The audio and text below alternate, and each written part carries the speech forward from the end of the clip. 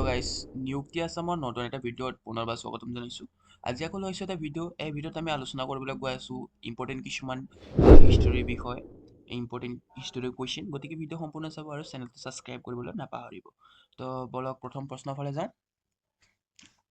Okay, তো প্ৰথম প্ৰশ্ন আপোনালোকে দেখিবলৈ পাইছে।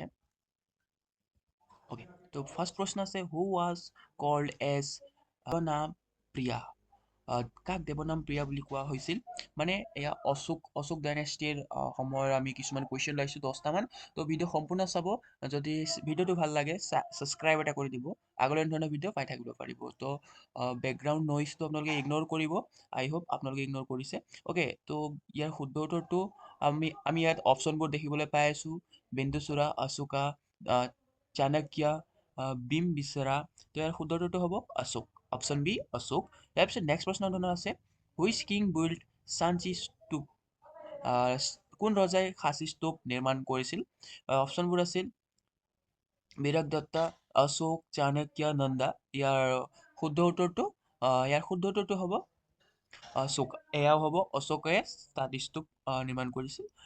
অশোকে লিপিবোৰ কোনটো ভাষাত লিখিছিল? যদি আপোনালোকে কমেণ্ট কৰে ভাল এটা লাগিলে হয়। তো ফাৰ্ষ্ট এটা হোমৱৰ্ক 2 নম্বৰ প্ৰশ্নতে দি দিছোঁ। অ'কে, তো নেক্সট প্ৰশ্ন ধৰণৰ আছে, চাওক।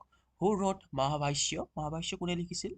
এই অপশ্যনবোৰ আছে অশোক, বাবৰ, জাহাংগীৰ, পতঞ্জলি। ইয়াৰ পৰা কি হ'ব পাৰে আপোনালোকে নিশ্চয় অনুমান কৰিব পাৰিছে, বা যদি আপোনালোকে জানে যদি ভাল কথা, নহ'লে মই কৈ দিম উত্তৰটো চাই লওক। শুদ্ধ উত্তৰটো হ'ব পতঞ্জলিয়ে মহাভাষ্য লিখিছিল।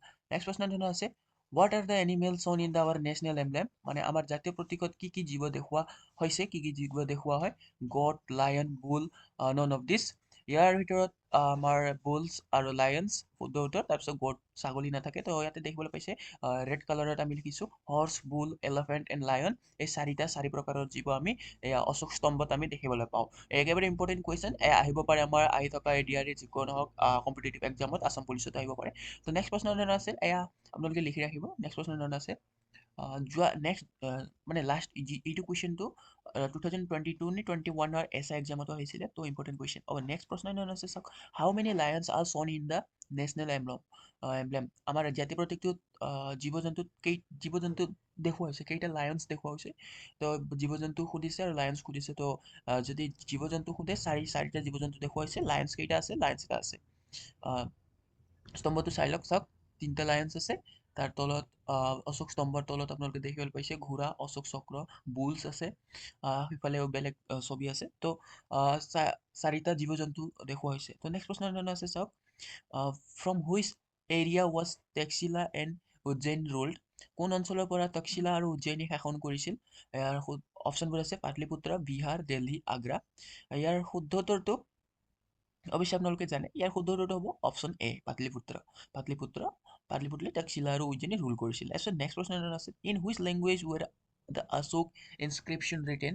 শিলালিপিত অশোকে লিখা শিলালিপিত কোনটো ভাষাত লিখা হৈছিল? দেৱনাগৰী, সংস্কৃত, তামিল আৰু ব্ৰাহ্মী স্ক্ৰিপ্ট।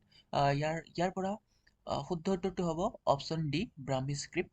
নেক্সট কুৱেশ্যন আছে, কালিংগ ৱাৰ টুক প্লেচ? কালিংগ যুদ্ধ ক'ত হৈছিল আৰু কাৰ মাজত হৈছিল?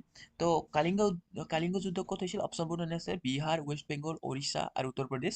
কালিংগ যুদ্ধ অশোক আৰু কোন ৰজাৰ মাজত হৈছিল? আপোনালোকে কমেণ্ট কৰি জনাব। এয়া হ'ল হোমৱৰ্ক। তো ইয়াৰ শুদ্ধ উত্তৰটো হ'ব উৰিষ্যাত হৈছিল কালিংগ যুদ্ধ। নেক্সট প্ৰশ্ন আছে, Ashoka was born in? Ashoka জন্ম ক'ত হৈছিল? অশোক ৰজাৰ জন্ম ক'ত হৈছিল? উৰিষ্যা, মধ্যপ্ৰদেশ, কৰ্ণাটকা, বিহাৰ। Option A Orissa, Madhya Pradesh, Karnataka, Bihar.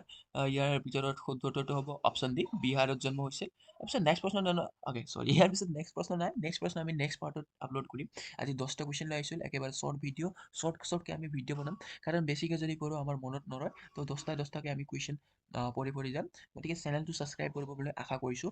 যদি কিছুমান ডাউট থাকে আপোনালোকে কমেণ্ট কৰি জনাব পাৰে, আৰু আপোনালোকৰ নিজা কিছুমান প্ৰশ্ন থাকিব পাৰে, আপোনালোকে কমেণ্ট বক্সত জনাব পাৰে। তো আজিলৈ এইখিনি আছিল। আই হোপ আপোনালোকে আমাৰ চেনেলটো ছাবস্ক্ৰাইব কৰিছে। আজিলৈ ইয়াতে এৰিছোঁ।